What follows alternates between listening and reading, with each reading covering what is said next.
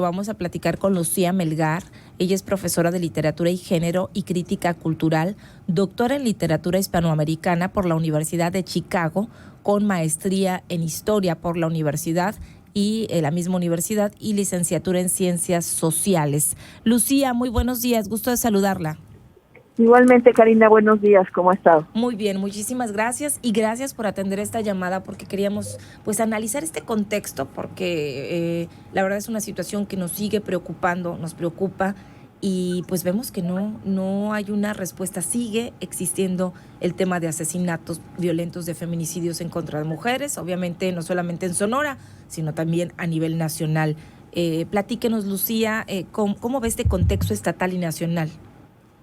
Pues mire, yo creo que estamos en un contexto nacional muy difícil, con muchísima violencia en general, y esa violencia en general pues no contribuye para lograr disminuir la violencia contra las mujeres, al contrario, a medida que hay más armas y más conflictos armados y que se normaliza más la violencia, pues parece más común, digamos, o se normaliza también la violencia contra las mujeres.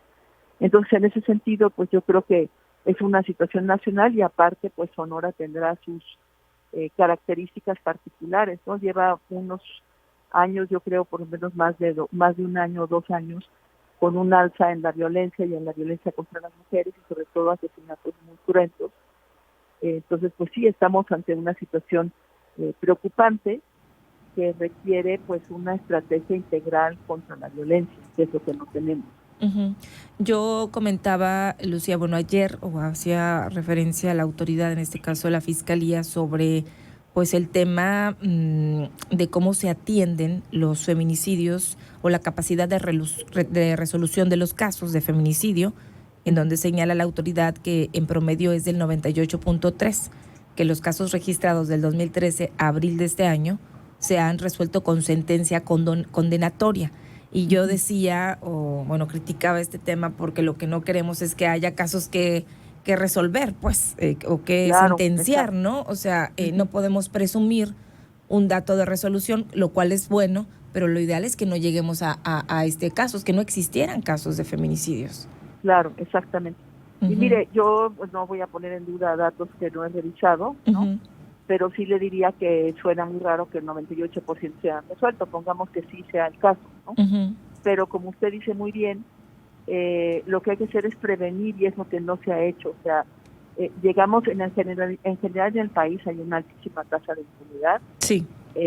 Aparte hay una mala clasificación de los feminicidios, se clasifican muchos asesinatos como asesinatos dolosos relacionados con otros temas que no tienen que ver con temas de género. Sí. Digamos porque pareciera que si son por otras razones o atribuidos a otras razones importan, pero creo que lo principal sería, como usted señala muy bien, pues la prevención, y prevenir implica pues una serie de acciones muy importantes que empiezan por la educación, por el cambio cultural, el tema del machismo, pero también pues sí es muy importante que todos los casos, no solamente en Sonora, sino en el país, se resuelvan para que no se dé el mensaje de que matar a mujeres no importa, porque eso es el mensaje que manda la impunidad, ¿no? Uh-huh. De que pues puede matar mujeres y nadie va a ir a ninguna cárcel ni va a pagar ningún delito, y eso es lo que pasa en muchos lados, y es la larga historia desde Ciudad Juárez, ¿no? Sí, Por claro. lo menos. Platicábamos con expertos también en el tema de feminicidio en el estado y bueno, han sido críticos e insistentes en el tema de cómo tipificar pues un feminicidio. En el caso de Sonora nos decían datos del Observatorio Nacional del Feminicidio.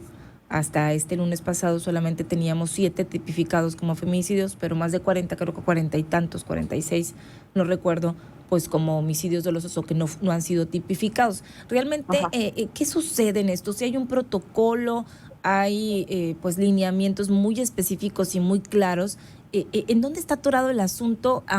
Porque para familiares o para expertos señalan que ciertos casos deberían ser tipificados como feminicidios y no son tipificados como feminicidios, entonces viene también este tema de las estadísticas que se presumen que van a la baja, pero seguimos nosotros viendo asesinatos o mujeres muertas, asesinadas. Exacto.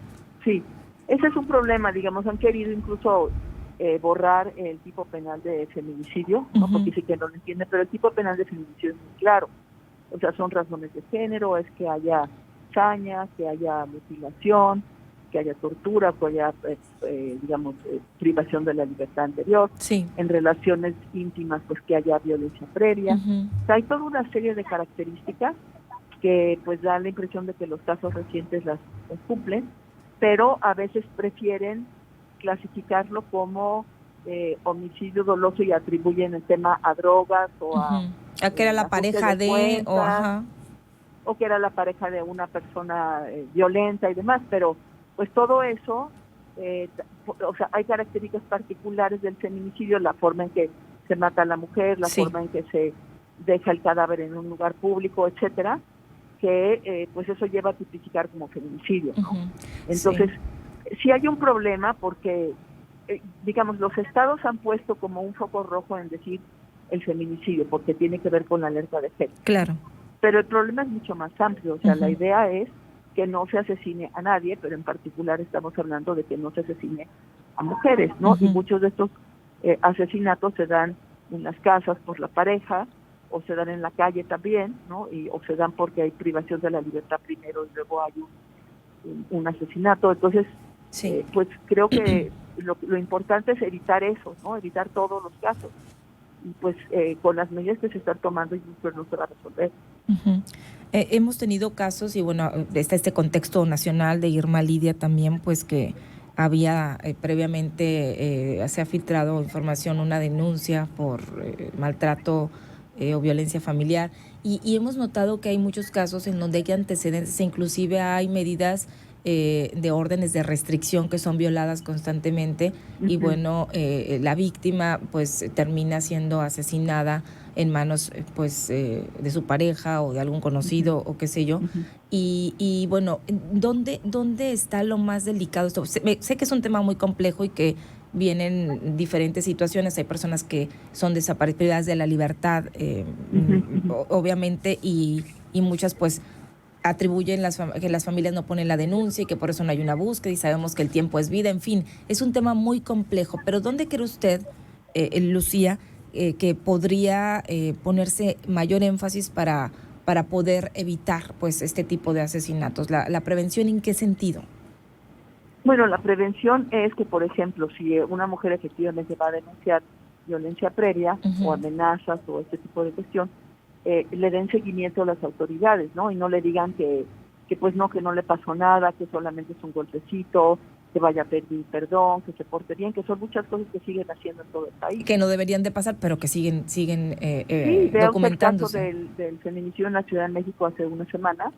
La mujer había ido a denunciar y luego parece que no le hicieron mucho caso, dicen que quitó la denuncia, pero el problema principal es que no hubo un seguimiento a un caso que luego resultó en feminicidio, y como ese caso es muchos otros. Entonces, parte de la prevención es que cuando haya una denuncia se le dé seguimiento, que se pongan unas órdenes de restricción que se tenga que cumplir, pero mire, muchas veces la policía local pues no es suficiente. Entonces, en ese sentido, es una cadena, ¿no? Es un tema complejo. Es una cadena de impunidad, ¿no? Empiezan porque no hacen caso, luego porque levantan mal la denuncia, porque nadie le da seguimiento a las órdenes de restricción, o porque las órdenes de restricción duran un mes y luego para renovarlas pues no siempre es fácil. O sea, hay muchos problemas en ese sentido que creo que se pueden mejorar, ¿no? Y luego, bueno, pues yo insisto en que el tema de la educación implica que desde que estamos educando a niños y niñas, pues se condene esta violencia, que empecemos por no enseñar la dominación y la subordinación, sino la igualdad, pero eso tiene que darse desde el principio. Desde casa también. Y seguimos arrastrando tanto en la escuela como en la sociedad, y desde luego en el Estado, con el discurso que se está usando ahorita en el Estado mexicano, una subordinación de las mujeres, ¿no? Y una normalización de la violencia hacia ellas.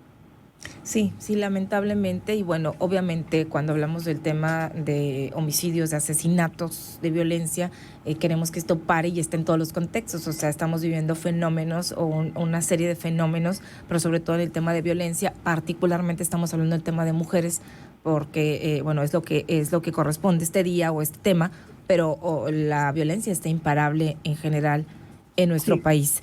Entonces, Sí. bueno, Lucía, yo le agradezco, ojalá que podamos volver a coincidir y bueno, analizar los datos más precisos del estado. En tanto, Ujú. yo sé que está en el aeropuerto, así que le agradezco nos haya tomado la llamada. No, al contrario, Karina, muchísimas gracias y pues un saludo a usted y a su auditorio. Muchísimas gracias. Hasta luego. Lucía Melgar, profesora de literatura y género y crítica cultural.